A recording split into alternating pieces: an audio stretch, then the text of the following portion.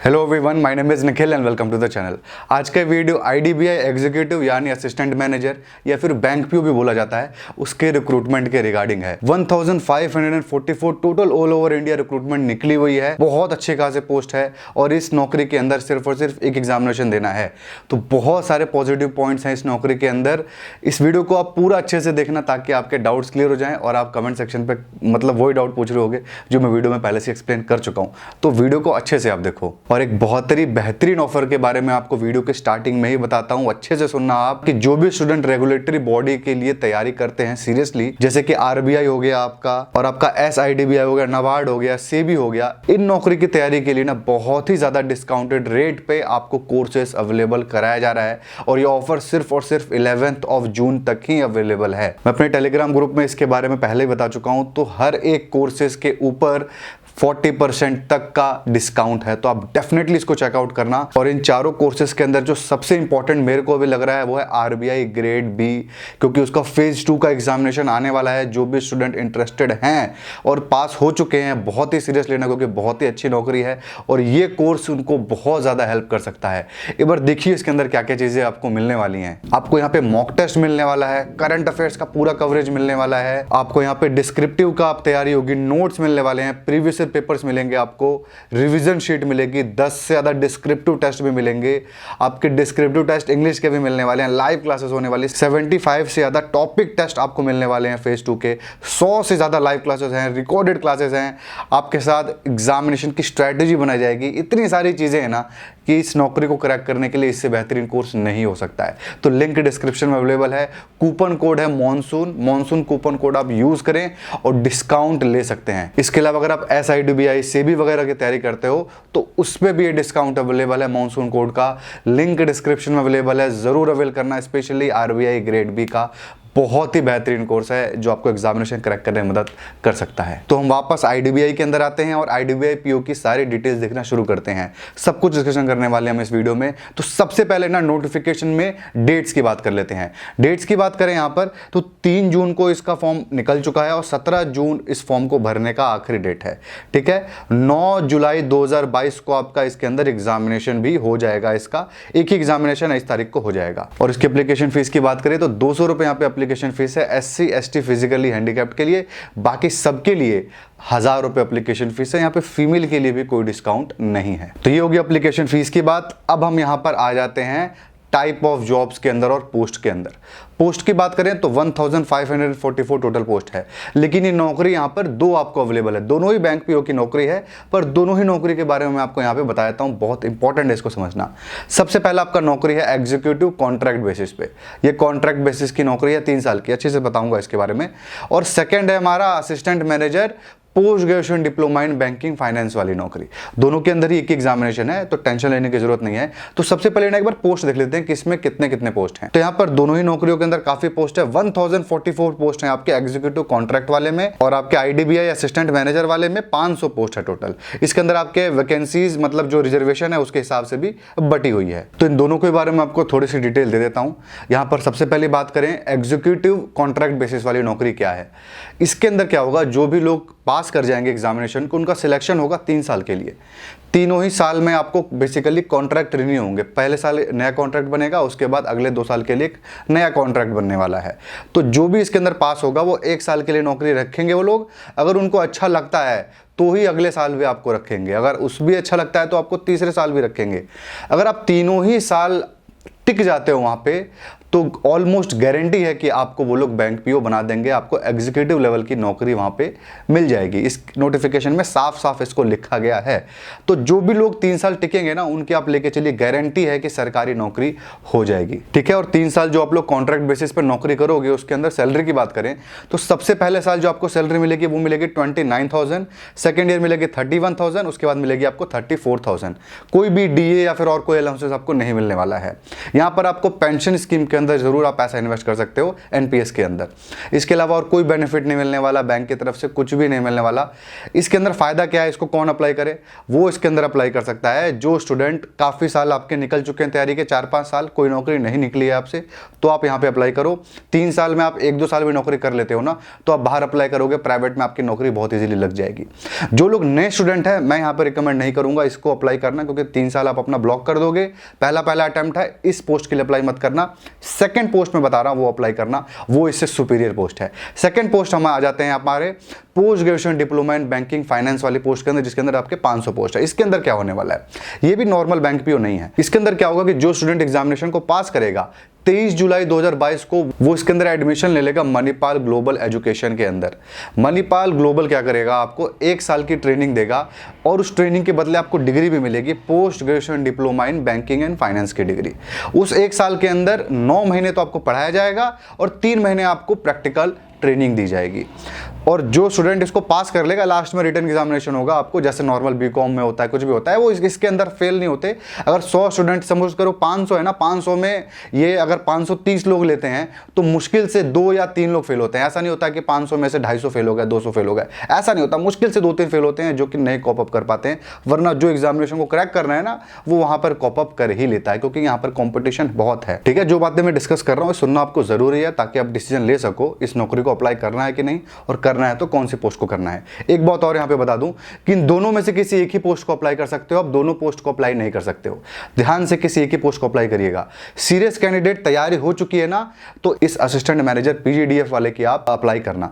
ठीक है, तो आपको समझ में आया बैंकिंग फाइनेंस वाली नौकरी के बारे में। इसके अंदर कोर्स के बारे में थोड़ा सा आपको मैं बताता हूं, 1 सेकंड और लगेगा। बेसिकली आप इस देश में अप्लाई करोगे अलग अलग राज्यों से, तो अलग अलग राज्यों के लोग एक ही जगह पे कोर्स नहीं कर सकते हैं।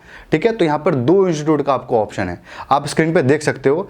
एक आपका इंस्टीट्यूट है साउदर्न और वेस्टर्न जोन के लिए, और एक नॉर्थ और ईस्टर्न जोन के लिए। एक बेंगलुरु में है, एक आपका ग्रेटर नोएडा के अंदर है।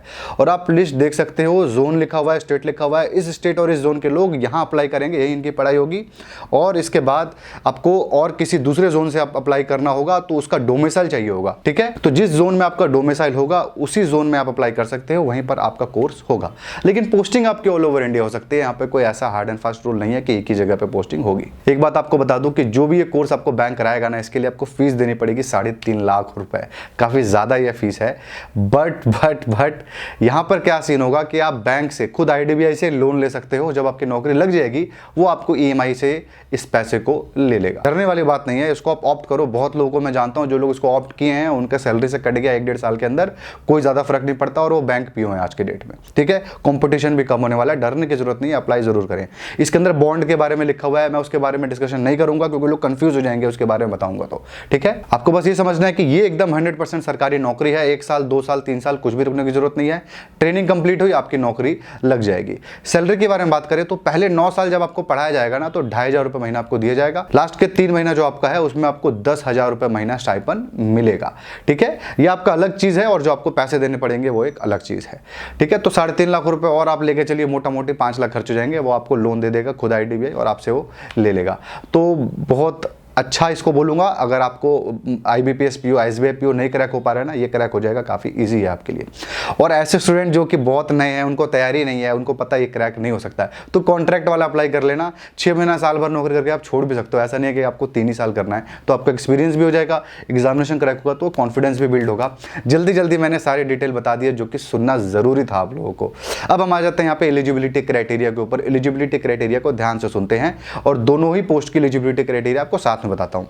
सबसे पहले बात करते हैं एज का। एज की बात करें तो एग्जीक्यूटिव ऑन कॉन्ट्रैक्ट में 20 से 25 साल तक के लोग अप्लाई कर सकते हैं, और आपका पीजीडीबीएफ वाले जो है उसके अंदर 21 से 28 यानी 21 से 28 साल तक के लोग अप्लाई कर सकते हैं। ठीक है, ये हो गई हमारी बात एज की। एज की रिक्वायरमेंट यही है, 3 साल आपको एक्स्ट्रा भी मिल रहा है बैंकिंग फाइनेंस वाली पोस्ट के लिए। अब हम बात करते हैं एजुकेशन क्वालिफिकेशन की। दोनों के एजुकेशन क्वालिफिकेशन एकदम सेम है, कोई भी ग्रेजुएट इस फॉर्म को अप्लाई कर सकता है। फाइनल ईयर के लोग अप्लाई नहीं कर सकते हैं। ठीक है, अगर आपका रिजल्ट अप्रैल महीने तक आ चुका है 2022 के, तो ही आप अप्लाई कर सकते हो, वरना आप नहीं कर सकते। ध्यान से इस बात को कान में डाल लीजिए। इसके अलावा अपने BA, BCom, BTech, MBBS, CA कुछ भी किया है आप अप्लाई कर सकते हो। ठीक है, अपने करस्पॉन्डेंस यानी पत्राचार से किया है तो भी आप अप्लाई कर सकते हो। कोई और एक्स्ट्रा रिक्वायरमेंट नहीं है। 33% आए हो चाहे 99% आए हो, कोई फर्क नहीं पड़ता, आप अप्लाई कर सकते हो। परसेंटेज का यहाँ पे कोई रिक्वायरमेंट नहीं है। 3 साल का ग्रेजुएशन आप फेल होकर के 5 साल में कंप्लीट किए हो तो भी अप्लाई आप कर सकते हो। कोई भी एक्स्ट्रा रिक्वायरमेंट नहीं है। आप आई थिंक ये डाउट आपको क्लियर हो गया होगा। तो ये हो गया एलिजिबिलिटी क्राइटेरिया टोटल खत्म। अब हम आ जाते हैं एग्जामिनेशन पैटर्न के ऊपर। देख लेते हैं आखिर कौन कौन से प्रोसेस से गुजर के आपकी नौकरी लगने वाली है। दोनों का ही प्रोसेस एकदम सेम है, एक ही अंतर है वो आपको बता देता हूँ। सबसे पहले होगा रिटन एग्जामिनेशन। दोनों का रिटन एग्जामिनेशन एक ही जैसा है, एक ही एग्जामिनेशन है। सेकंड आपका होगा इंटरव्यू। वो आपका होगा बैंकिंग फाइनेंस वाली पोस्ट के लिए, असिस्टेंट मैनेजर जो डायरेक्ट बैंक PO है उस पोस्ट के लिए। कॉन्ट्रैक्ट बेसिस वाले के लिए कोई इंटरव्यू नहीं होगा, डायरेक्ट डॉक्यूमेंट वेरिफिकेशन होगा और उसके बाद आपका सिलेक्शन हो जाएगा। और इस पोस्ट के लिए एक रिटन एग्जामिनेशन होगा, एक इंटरव्यू होगा और उसके बाद आपका सिलेक्शन हो जाएगा। सिलेक्शन का मेरिट लिस्ट रिटन एग्जामिनेशन के ही बेसिस पे बनने वाला है सबसे ज़्यादा, तो उसके लिए आप टेंशन मत लीजिए। एक एग्जामिनेशन है वही आपका सबसे इंपॉर्टेंट है। तो ये हो गया सिलेक्शन प्रोसेस दोनों ही नौकरी का। एक चीज़ आपको और बता दूँ, शायद मैंने बताया कि नहीं बताया, ये जो आपको बैंक वाली नौकरी है ना जिसमें आपको कोर्स करना है, ये बहुत सुपीरियर नौकरी है इसके कंपेरिजन में, क्योंकि इसमें 3 साल बाद आप PO बनोगे। इसमें पहले ही साल 1 साल ट्रेनिंग करोगे, वो तो किसी भी PO में करना होता है, और आप उसके बाद बन जाओगे तुरंत के तुरंत बैंक PO। तो 2 साल आपको प्रमोशन में आप ग्रेड 2 पे आ जाओगे, तो बहुत अच्छा वहाँ पे आपको बेनिफिट मिलेगा इस पोस्ट के लिए।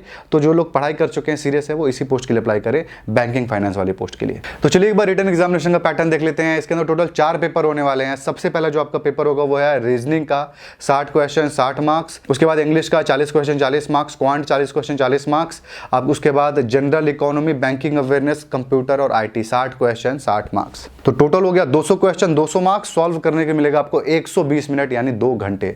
पूरा का पूरा पेपर जो आपका इंग्लिश का छोड़ करके हिंदी और इंग्लिश दोनों में ही अवेलेबल है यहाँ पे, तो हिंदी मीडियम वाले स्टूडेंट भी अप्लाई कर सकते हैं।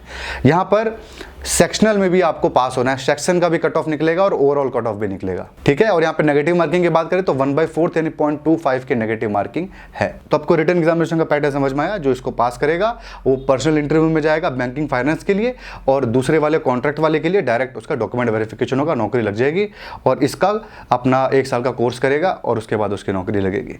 ठीक है, और ये सरकारी हो जाएगा, ये हमें टेंशन मत लेना, सरकारी नहीं होगा। 1 साल का कोर्स तो आपको PO में भी 1 साल आपको ट्रेनिंग करनी ही पड़ती है, IBPS PO हो चाहे SBI PO हो।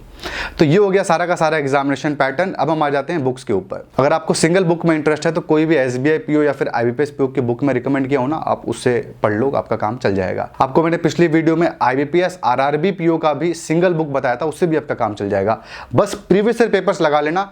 40 साल के प्रीवियस ईयर पेपर्स का जो बुक मैंने आपको लास्ट वीडियो में बताया था, यहाँ पर भी बताया था, सारा का सारा उसके अंदर प्रीवियस ईयर पेपर्स कवर है, तो सारे बैंक के लिए आपका काम उससे चल जाएगा। तो ये हो गई 2 बुक्स। अब हम आ जाते हैं सिंगल किताब के ऊपर जिसमें आपको बहुत अच्छा स्कोर आप कर सकते हो। रीजनिंग की बात कर लेते हैं। सबसे पहले रीजनिंग के लिए जो बुक है verbal non verbal reasoning, S चांद पब्लिकेशन की किताब है, RS अग्रवाल की, आंख बंद करके ले लो।